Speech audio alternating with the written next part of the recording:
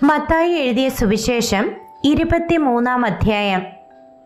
അനന്തരം യേശു പുരുഷാരത്തോടും തൻ്റെ ശിഷ്യന്മാരോടും പറഞ്ഞത്: ശാസ്ത്രിമാരും പരീശന്മാരും മോശയുടെ പീഠത്തിൽ ഇരിക്കുന്നു. ആകയാൽ അവർ നിങ്ങളോട് പറയുന്നതൊക്കെയും പ്രമാണിച്ചു ചെയ്യുവിൻ. അവരുടെ പ്രവൃത്തികൾ പോലെ ചെയ്യരുത് താനും. അവർ പറയുന്നതല്ലാതെ ചെയ്യുന്നില്ലല്ലോ. അവർ ഘനമുള്ള ചുമടുകളെ കെട്ടി മനുഷ്യരുടെ തോളിൽ വയ്ക്കുന്നു. ഒരു വിരൽ കൊണ്ടുപോലും അവയെ തൊടുവാൻ അവർക്ക് മനസ്സില്ല. അവർ തങ്ങളുടെ പ്രവൃത്തികളെല്ലാം മനുഷ്യർ കാണേണ്ടതിനത്രേ ചെയ്യുന്നത്.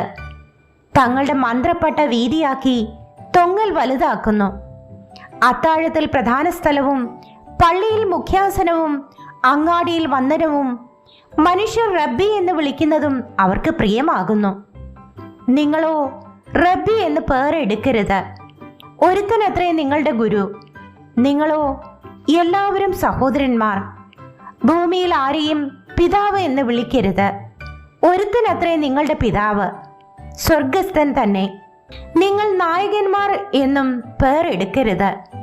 ഒരുത്തനത്രേ നിങ്ങളുടെ നായകൻ, ക്രിസ്തു തന്നെ. നിങ്ങളിൽ ഏറ്റവും വലിയവൻ നിങ്ങളുടെ ശുശ്രൂഷക്കാരൻ ആകേണം. തന്നെത്താൻ ഉയർത്തുന്നവനെല്ലാം താഴ്ത്തപ്പെടും, തന്നെത്താൻ താഴ്ത്തുന്നവനെല്ലാം ഉയർത്തപ്പെടും.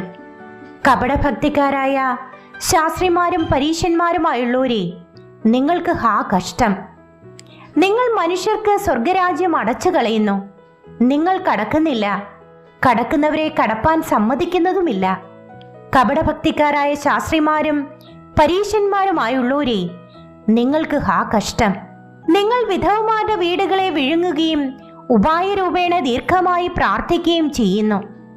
ഇത് ഹേതുവായി നിങ്ങൾക്ക് കടുമയേറിയ ശിക്ഷാവിധി വരും. കപടഭക്തിക്കാരായ ശാസ്ത്രിമാരും പരീശന്മാരുമായുള്ളവരെ, നിങ്ങൾക്ക് ഹാ കഷ്ടം! നിങ്ങൾ ഒരുത്തനെ മതത്തിൽ ചേർക്കുവാൻ കടലും കരയും ചുറ്റി നടക്കുന്നു. ചേർന്ന ശേഷം അവനെ നിങ്ങളെക്കാൾ ഇരട്ടിച്ച നരകയോഗ്യനാക്കുന്നു.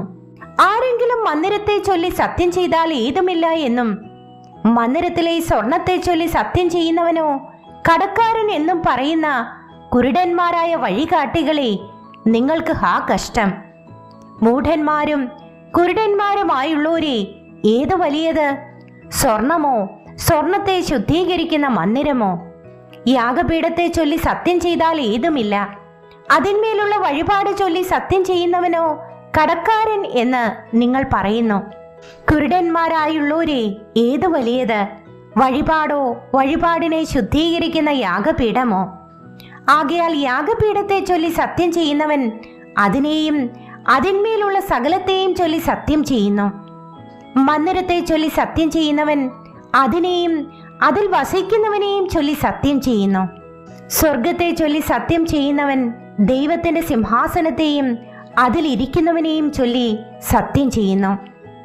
കപടഭക്തിക്കാരായ ശാസ്ത്രിമാരും പരീശന്മാരുമായുള്ളവരെ, നിങ്ങൾക്ക് ഹാ കഷ്ടം! നിങ്ങൾ തുളസി, ചതകുപ്പ, ജീരകം ഇവയിൽ പതാരം കൊടുക്കുകയും ന്യായം, കരുണ, വിശ്വസ്തത ഇങ്ങനെ ന്യായപ്രമാണത്തിൽ ഘനമേറിയവ ത്യജിച്ചു കളയുകയും ചെയ്യുന്നു. അത് ചെയ്യുകയും ഇത് ത്യജിക്കാതിരിക്കുകയും വേണം. കുരുടന്മാരായ വഴികാട്ടികളെ, നിങ്ങൾ കൊതുകിനെ അരിച്ചെടുക്കുകയും ഒട്ടകത്തെ വിഴുങ്ങിക്കളയുകയും ചെയ്യുന്നു. കപടഭക്തിക്കാരായ ശാസ്ത്രിമാരും പരീശന്മാരുമായുള്ളവരെ, നിങ്ങൾക്ക് ഹാ കഷ്ടം! നിങ്ങൾ കിണ്ടികിണ്ണങ്ങളുടെ പുറം വെടിപ്പാക്കുന്നു, അകത്തോ കവർച്ചയും അതിക്രമവും നിറഞ്ഞിരിക്കുന്നു. കുരുടനായ പരീശനെ, കിണ്ടികിണ്ണങ്ങളുടെ പുറം വെടിപ്പാക്കേണ്ടതിന് മുൻപേ അവയുടെ അകം വെടിപ്പാക്കുക. കപടഭക്തിക്കാരായ ശാസ്ത്രിമാരും പരീശന്മാരുമായുള്ളവരെ, നിങ്ങൾക്ക് ഹാ കഷ്ടം! വെള്ള തേച്ച ശവക്കല്ലറുകളോട് നിങ്ങൾ ഒത്തിരിക്കുന്നു. അവ പുറമേ അഴകായി ശോഭിക്കുന്നെങ്കിലും അകമേ ചത്തവരുടെ അസ്ഥികളും സകലവിധ അശുദ്ധിയും നിറഞ്ഞിരിക്കുന്നു. അങ്ങനെ തന്നെ പുറമേ നിങ്ങൾ നീതിമാന്മാർ എന്ന് മനുഷ്യർക്ക് തോന്നുന്നു, അകമേയോ കപടഭക്തിയും അധർമ്മവും നിറഞ്ഞവരത്രേ. കപടഭക്തിക്കാരായ ശാസ്ത്രിമാരും പരീശന്മാരുമായുള്ളവരെ, നിങ്ങൾക്ക് ഹാ കഷ്ടം!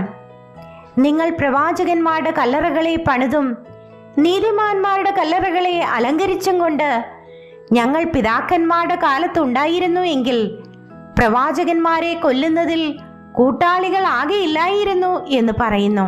അങ്ങനെ നിങ്ങൾ പ്രവാചകന്മാരെ കൊന്നവരുടെ മക്കൾ എന്ന് നിങ്ങൾ തന്നെ സാക്ഷ്യം പറയുന്നുവല്ലോ. പിതാക്കന്മാരുടെ അളവ് നിങ്ങൾ പൂരിച്ചു കൊള്ളുവിൻ. പാമ്പുകളെ, സർപ്പസന്തതികളെ, നിങ്ങൾ നരകവിധി എങ്ങനെ ഒഴിഞ്ഞു പോകും?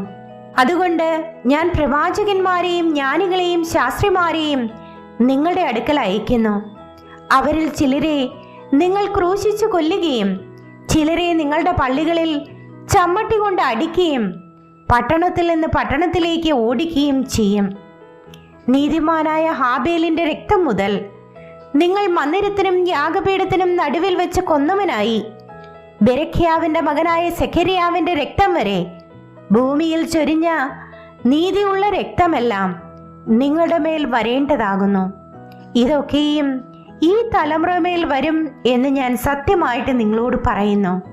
യെരൂശലേമേ, യെരൂശലേമേ, പ്രവാചകന്മാരെ കൊല്ലുകയും നിന്റെ അടുക്കൽ അയച്ചിരിക്കുന്നവരെ കല്ലെറിയുകയും ചെയ്യുന്നവളെ, കോഴി തന്റെ കുഞ്ഞുങ്ങളെ ചിറകിൻ കീഴിൽ ചേർക്കും പോലെ നിന്റെ മക്കളെ ചേർത്തുകൊള്ളുവാൻ എനിക്ക് എത്ര വട്ടം മനസ്സായിരുന്നു, നിങ്ങൾക്കോ മനസ്സായില്ല.